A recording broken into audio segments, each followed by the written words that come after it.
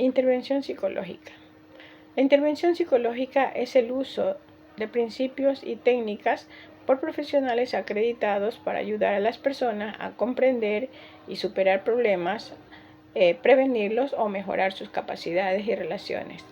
Se aplica en áreas como clínica, educación, laboral, comunitaria y deporte, además de psicólogos, otros profesionales y paraprofesionales que pueden intervenir bajo supervisión. Las funciones del psicólogo incluyen evaluación, tratamiento, prevención, investigación, enseñanza, asesoramiento y gestión. La evaluación psicológica busca identificar y medir conductas, capacidades, problemas y recursos de una persona junto con factores que lo influyen, para explicar y modificar comportamientos o guiar intervenciones. Sirve para diagnóstico, pronóstico, orientación, selección y valoración de resultados, utilizando métodos como entrevistas, cuestionarios, observación, pruebas cognitivas y datos históricos. El psicólogo realiza tratamientos para resolver problemas actuales y prevenciones para evitar problemas futuros o mejorar capacidades personales. La prevención se clasifica en primaria, evita aparición; secundaria, detecta y actuar temprano; y terciaria, para prevenir recaídas o complicaciones. Aunque también se usa una clasificación basada en prevención universal, selectiva e indicada. Las intervenciones pueden ser psicoanálisis, terapia cognitiva conductual, sistémica, entre otras, y aplicarse a individuos, familias o comunidades en diversos ámbitos como salud, educación, deporte o trabajo, con objetivos variados según la orientación terapéutica.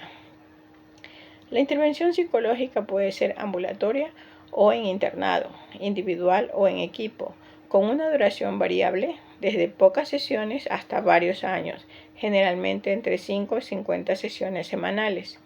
Puede ser presencial o a distancia mediante teléfono, internet o correo, siendo esta última específicamente útil para personas con limitaciones físicas, geográficas o que buscan mayor anonimato. La terapia no presencial facilita la comunicación frecuente o la autorrevelación, aunque presenta desventajas como la pérdida de comunicación no verbal y riesgo de privacidad. Se recomienda precauciones y pautas éticas para su uso. La enseñanza realizada por psicólogos abarca desde la formación universitaria en áreas como psicopatología y terapia, hasta cursos para profesionales de distintas ramas y el público general. Incluye la capacitación y supervisión de futuros psicólogos clínicos mediante instrucciones, prácticas y retroalimentación para asegurar el aprendizaje y desarrollo profesional. El asesoramiento psicológico consiste en ofrecer ayuda a organizaciones y sus miembros para mejorar su funcionamiento o resolver problemas específicos. Puede incluir recomendaciones sobre casos concretos o análisis de aspectos organizacionales. Este trabajo enfrenta desafíos como la falta de colaboración y la resistencia del personal, que a veces ve al psicólogo como un intruso o lo responsabiliza injustamente por resultados negativos. La intervención en crisis es el apoyo psicológico breve y focalizado que se ofrece cuando la persona enfrenta situaciones que interrumpen su equilibrio emocional y vital, ya sean en crisis evolutivas, previsibles o asociadas a etapas de la vida, o accidentales que son inesperadas y traumáticas. Estas crisis generan desorganización y dificultad para resolver problemas con los recursos habituales, lo que puede llevar a un deterioro o, por el contrario, a un crecimiento personal si se superan adecuadamente. Erickson destacó que la crisis no solo implica riesgo, sino también oportunidad de desarrollo. La recuperación depende de factores personales, familiares, sociales y del evento mismo, siendo el apoyo social fundamental. Sin embargo, en la actualidad, la disminución de las redes tradicionales de apoyo ha aumentado la necesidad de intervención profesional. Los modelos de intervención en crisis, como los de Schleicher, Kaplan o Rappaport, proponen terapias breves y rápidas, centradas en restablecer el equilibrio emocional y permitir que la persona continúe su trayectoria vital. Estas intervenciones suelen durar entre 1 a 6 semanas y se aplican después de los primeros auxilios psicológicos, cuando la persona experimenta malestar psicológico y busca ayuda profesional. La intervención en crisis busca ayudar a las personas a superar momentos de desorganización emocional mediante apoyo psicológico breve, promoviendo la recuperación y el crecimiento personal frente a situaciones disruptivas. La persona lleva una trayectoria vital con equilibrio y recursos que para manejar situaciones normales. De forma inesperada ocurre una ruptura brusca que busca pérdidas o daños que afectan negativamente su calidad de vida. Las estrategias habituales para enfrentar dificultades no funcionan, interrumpiendo el curso normal de la vida y alterando el patrón previo de funcionamiento. Tipos de crisis. Crisis del desarrollo. Las crisis del desarrollo son más predecibles y sobrevienen cuando una persona va cumpliendo etapas de su vida desde la niñez a la senectud. Presentan una conducta indiferenciada y marcan un trastorno en el área intelectual y afectiva. Crisis del nacimiento e infancia, crisis de la pubertad y adolescencia, crisis de la primera juventud, crisis de la edad media de la vida, crisis de la tercera edad. Crisis circunstanciales. Las crisis circunstanciales son inesperadas, accidentales y dependen sobre todo de factores ambientales. Abarca alteraciones emocionales y de la conducta ante pérdidas o amenazas de pérdida de los aportes básicos, físicos, psicosociales y socioculturales que están interrelacionados. Separación, pérdida, muerte, enfermedades corporales, desempleo, trabajo nuevo, fracasos económicos, violaciones, incendios, accidentes, entre otros. Ante una crisis, la persona reacciona movilizando fuertes respuestas para aliviar el malestar y recuperar el equilibrio. Si logra superarla, adquiere nuevas estrategias adaptativas. Tras un evento traumático, el mundo externo se percibe como extraño y amenazante, mientras que el mundo interno cambia en la percepción y memoria. Los recursos habituales son insuficientes, generando sentimientos de indefensión y estrés.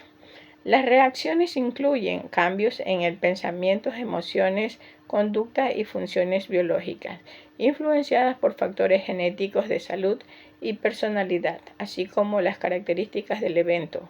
Los signos de esta reacción se manifiestan en áreas emocionales, cognitivas, fisiológicas y conductuales, variando según la persona y situación. Las reacciones ante el estrés pasan por 4 fases. Fase aguda, que ocurre justo después del evento, con emociones intensas como ansiedad, ira, angustia, hipervigilancia y fenómenos físicos. Puede haber desencadenantes emocionales tardíos como llantos o agresividad y alteraciones en las relaciones. Fase de reacción dura de 1 a 6 semanas. Surgen sentimientos reprimidos, ánimo triste, temor al recuerdo del evento, pesadilla, ansiedad e irritabilidad. Fase de reparación, entre 1 y 6 meses. Las reacciones disminuyen en intensidad, el dolor persiste, pero se maneja mejor. Reaparece el interés por la vida cotidiana y se hacen planes a futuro. Fase de reorientación. Desde los 6 meses en adelante se asimila la experiencia, se readapta la persona a su vida y las reacciones fuertes disminuyen, siendo necesario valorar las necesidades presentes. Las reacciones antes del estrés varían según factores como la naturaleza y la intensidad del estresor.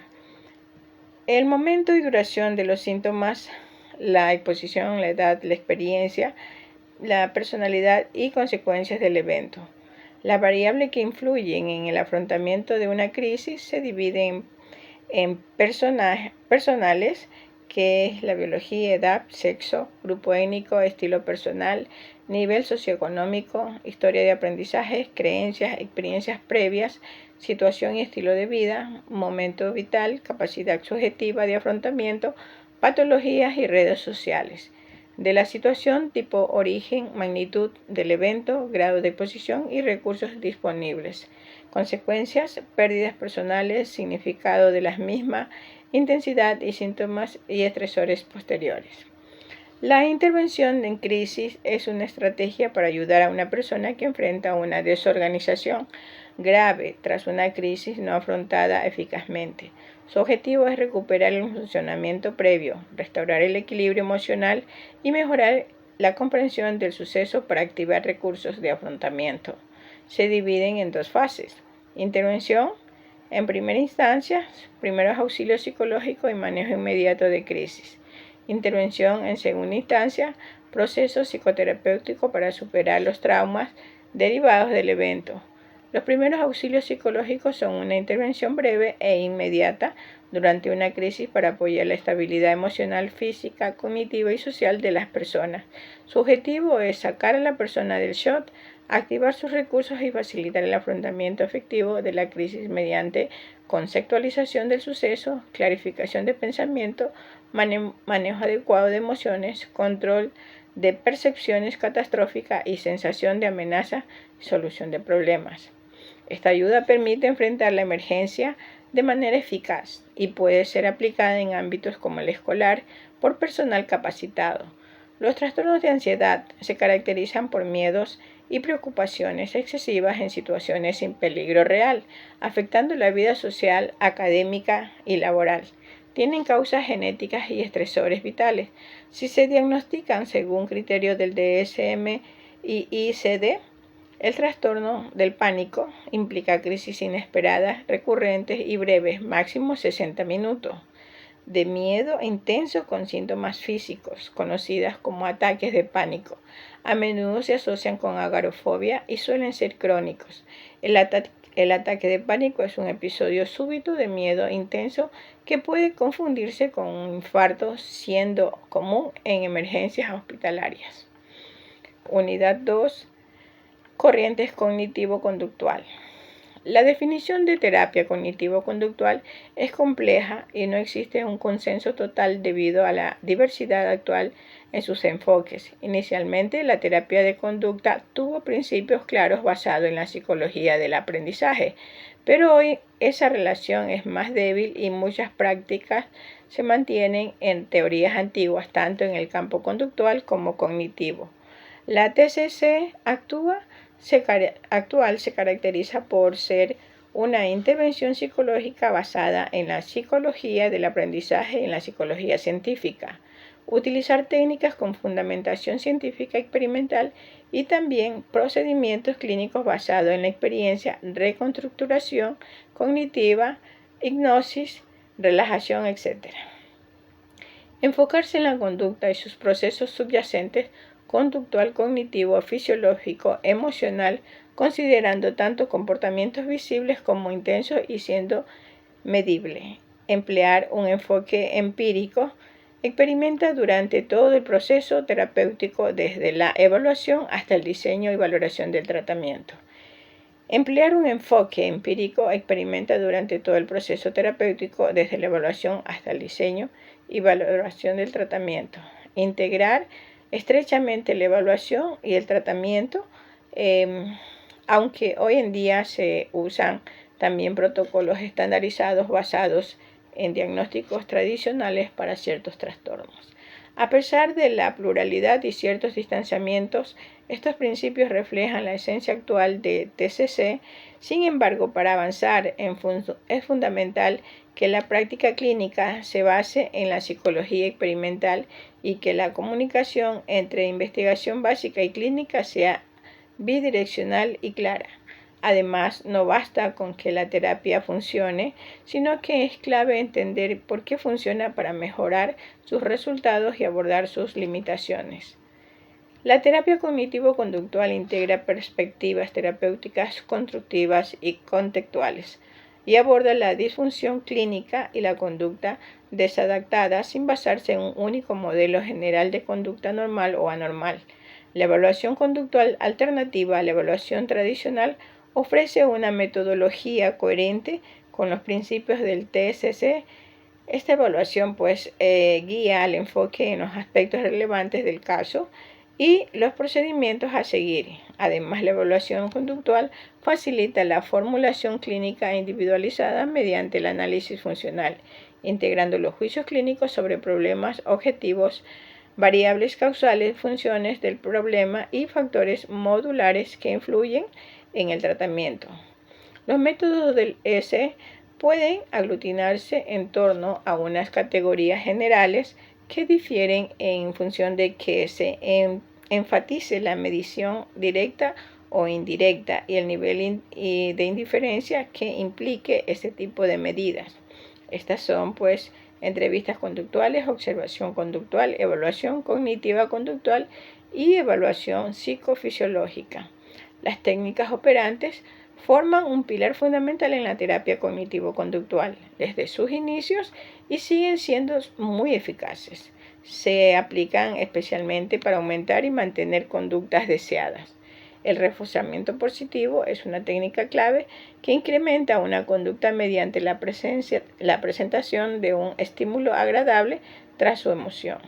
No basta con que sea un premio, debe comprobarse empíricamente que realmente aumenta la conducta.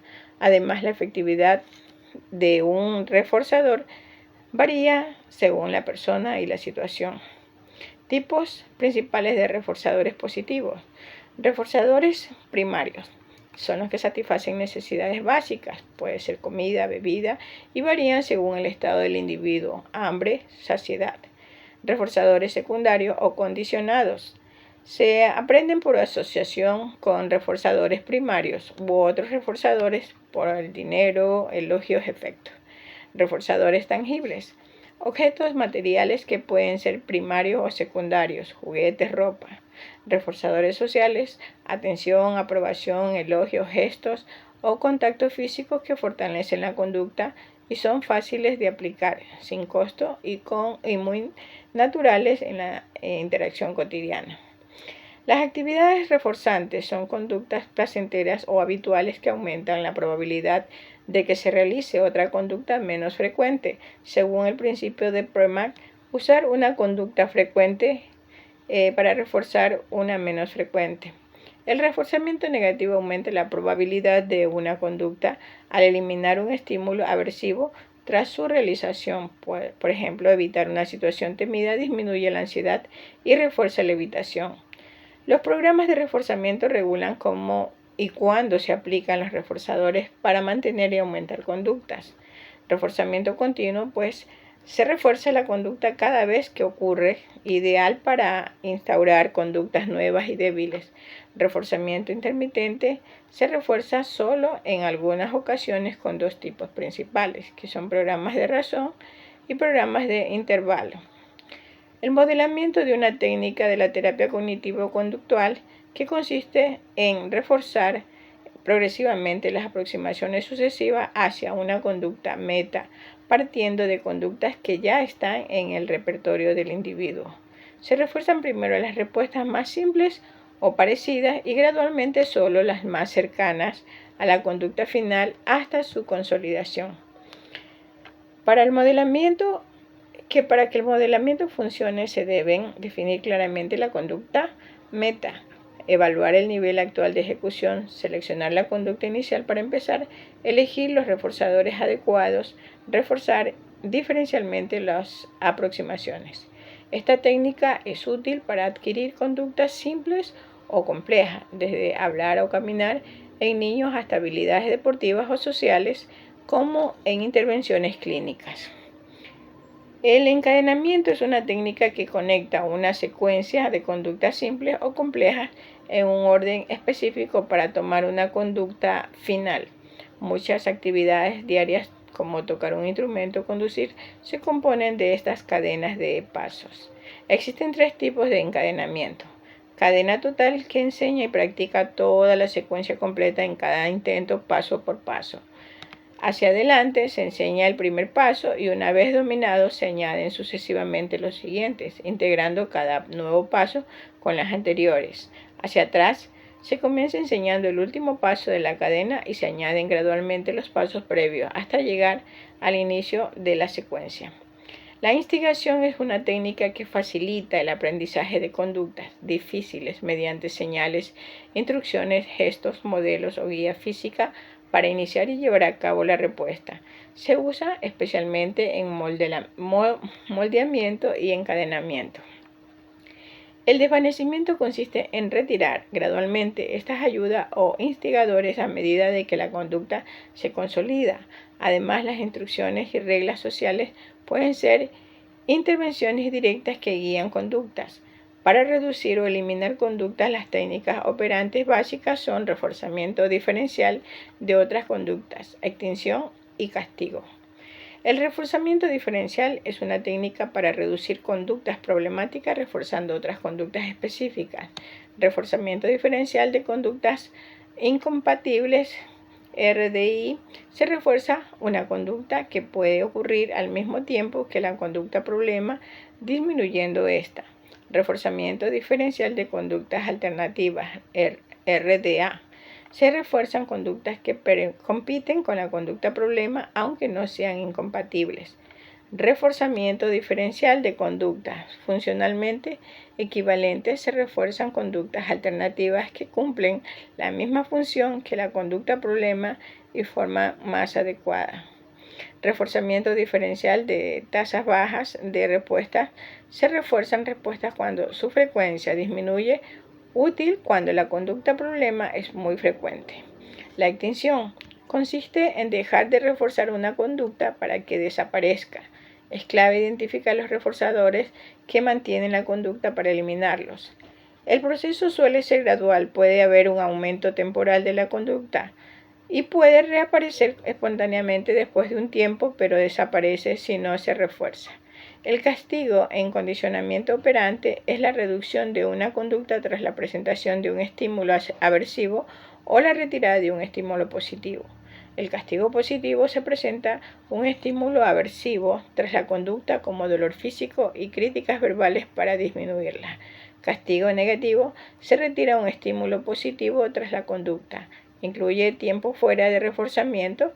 Se niegan temporalmente accesos a reforzadores, por ejemplo, enviar a un niño a un rincón de pensar. Coste de respuesta: se pierde un reforzador, como puntos o licencias por conductas no deseadas. Las terapias de exposición buscan habituar al individuo al estímulo temido y extinguir respuestas de miedo, facilitando un nuevo aprendizaje. Exposición en vivo: contacto directo y gradual o intenso en el estímulo temido hasta que la ansiedad disminuya. Es más efectiva que la exposición e imaginación. Exposición simulada: ensayos conductuales en ambientes controlados, útil especialmente para la ansiedad social. Exposición simbólica: consiste en el contacto con el estímulo temido mediante la imaginación, imágenes, sonidos o realidad virtual, no de forma real. Facilita la habituación y extinción de la ansiedad, siendo útil cuando el estímulo real es difícil de acceder. Desensibilización sistemática: técnica para tratar fobias que combina relajación con imposición gradual en imaginación a una jerarquía de estímulos que incrementan la ansiedad, evitando respuestas ansiosas. Variaciones en la desensibilización sistemática. La versión en vivo aplica la exposición gradual directamente en la situación real, superando limitaciones de la exposición en imaginación y acortando el tratamiento. La desensibilización sistémica en grupo se realiza con un grupo pequeño, máximo 6, que comparte el mismo problema y jerarquía de estímulos. Optimiza tiempo, pero requiere ajustar la jerarquía y el ritmo al participante más lento. Desensibilización sistémica automatizada y autoaplicada. El paciente recibe sesiones grabadas con jerarquía, relajación para aplicarlo solo. Es útil para quienes tienen dificultades para asistir a sesiones, aunque es menos flexible. Los resultados suelen ser buenos.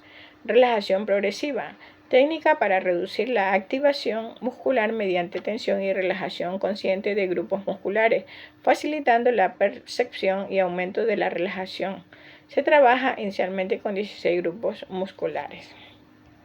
La respiración es un proceso vital para el intercambio de oxígeno, dióxido de carbono en el organismo, que se compone de 4 fases: inspiración, pausa inspiratoria expiración y pausa expiratoria. Existen tres tipos principales de respiración. Respiración costal, superficial y común, concentra el aire en la parte superior del tórax con poca participación diafragmática, considerada menos saludable. Respiración diafragmática involucra movilidad de las costillas inferiores y abdomen, siendo la más fisiológica y adecuada. Respiración abdominal. El tórax permanece inmóvil y movimiento ocurre principalmente en el abdomen. El abordaje para las fobias en sesión de exposición en vivo incluye revisión de tareas realizadas fuera de sesión, trabajo de exposición que abarca preparación, role-playing de 10 minutos con valoración periódica de ansiedad y seguimiento de metas. Revisión, analizar los logros de metas, eficacia de respuestas tradicionales, racionales, pensamientos nuevos, feedback y gráfica de cambios de ansiedad. Asignación de tareas para hacer exposiciones en vivo y otras indicaciones entre sesiones. La exposición en vivo para trastornos por angustia y agorafobia implica la confrontación sistémica y repetida de situaciones temidas generalmente en forma gradual, aunque la exposición masiva no graduada puede ser más efectiva a largo plazo y causar menos malestar durante el tratamiento. Es crucial eliminar conductas de seguridad, como llevar compañía o medicación para su eficacia máxima. La exposición interoceptiva busca desensibilizar al paciente a los síntomas físicos del ataque de pánico mediante la inducción controlada de esas sesiones, hiperventilación, girar en la silla, contener la respiración, entre otros, reduciendo así la respuesta emocional y reestructurando interpretaciones catastróficas. La desensibilización sistemática se aplica mediante estos pasos: elegir una respuesta incompatible con la ansiedad, tradicionalmente relajación, pero puede ser meditación, hipnosis, autoinstrucciones, etc. Que sea rápida y fácil de usar ante el estímulo ansiogénico. En niños puede usarse imágenes emotivas. Elaborar una jerarquía de ansiedad con situaciones concretas y reales para el paciente, ordenadas de menor a mayor dificultad, valoradas en una escala subjetiva de 10 a 100. Esta jerarquía guía la exposición gradual al estímulo temido. Valorar y entrenar la capacidad imaginativa del paciente si es necesario para poder realizar la exposición de imaginación. Entrenamiento de imaginación. Consiste en imaginar escenas detalladas y concretas, comenzando con imágenes neutras para desarrollar la habilidad y luego evaluar la ansiedad provocada por los estímulos de la jerarquía. El terapeuta guía al paciente para aumentar los detalles imaginados. Ejercicio de respiración profunda. Se practica respirando lentamente, concentrándose en llenar una bolsa imaginaria en el abdomen, manteniendo la relajación y exhalando despacio, repitiendo varias veces el día para reducir la activación general. Ejercicio de respiración contada. Entrenamiento de respiración diafragmática acompañado de repetición de palabras durante la inspiración y expiración, realizando varias repeticiones para mejorar el control. Ejercicio de respiración abdominal. Se centra moviendo solo el abdomen, manteniendo estable la caja torácica y clavicular. Ejercicio de respiración intercostal o media. Se dirige al aire, a la parte media del tórax, para favorecer la movilidad de los músculos intercostales y torácicos. Gracias.